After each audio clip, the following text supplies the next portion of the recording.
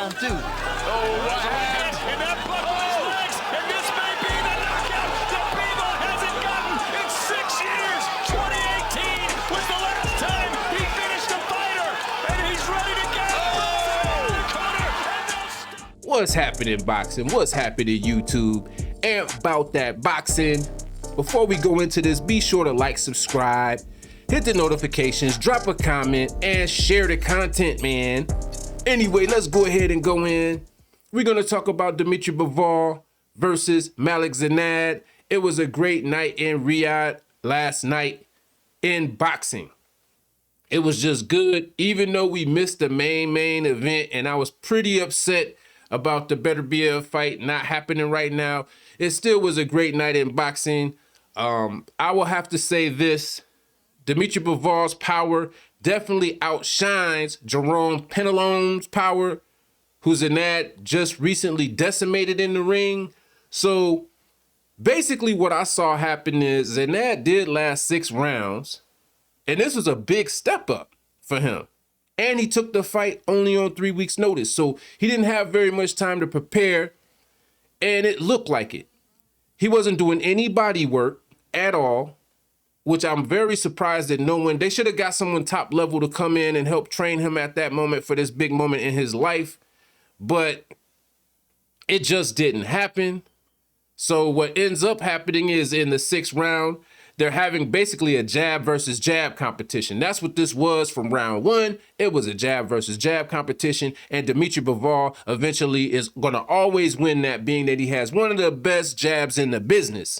So Dmitry Bivol catches Malik slipping in the 6th round, and he stuns him to the point of where Malik is trying to say, oh, no, I'm good, and Dmitry Bivol does not stop. He goes at him, gets the TKO, and puts Malik under his first loss.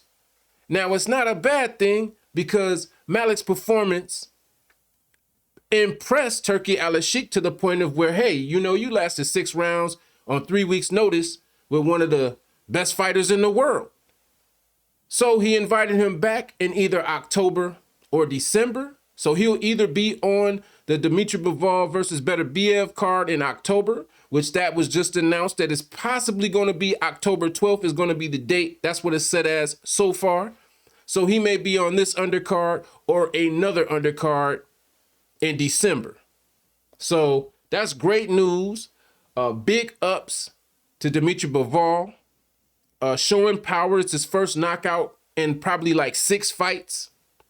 So I'm sure it makes him feel good. He said that his power is always with him. He just doesn't always choose to go that route in a fight. So, you know, it's understandable.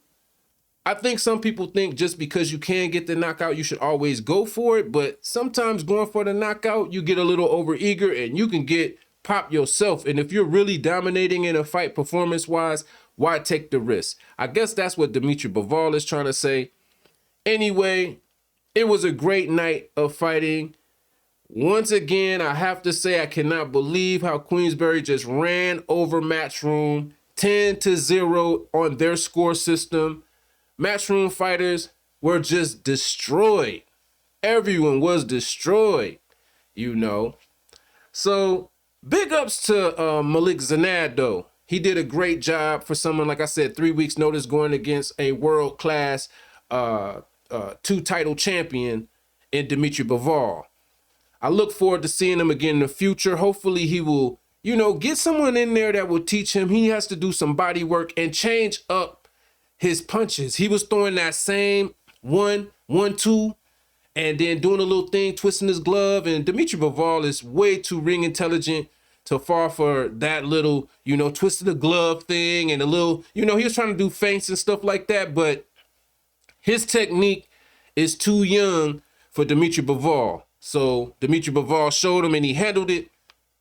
But still a great effort, and that did come to fight. I think if he gets a better trainer, this guy, we'll see him again. That's for sure. We'll see him again like on a top tier level. If he gets someone that can train him and show him some combinations. He just seemed like he was doing more in the Penelone fight, Jerome Penelone. it seemed like he was doing way more in that fight as far as going to the body and other things. And here he just tried to out jab a jabber and, you know, got the worst of it.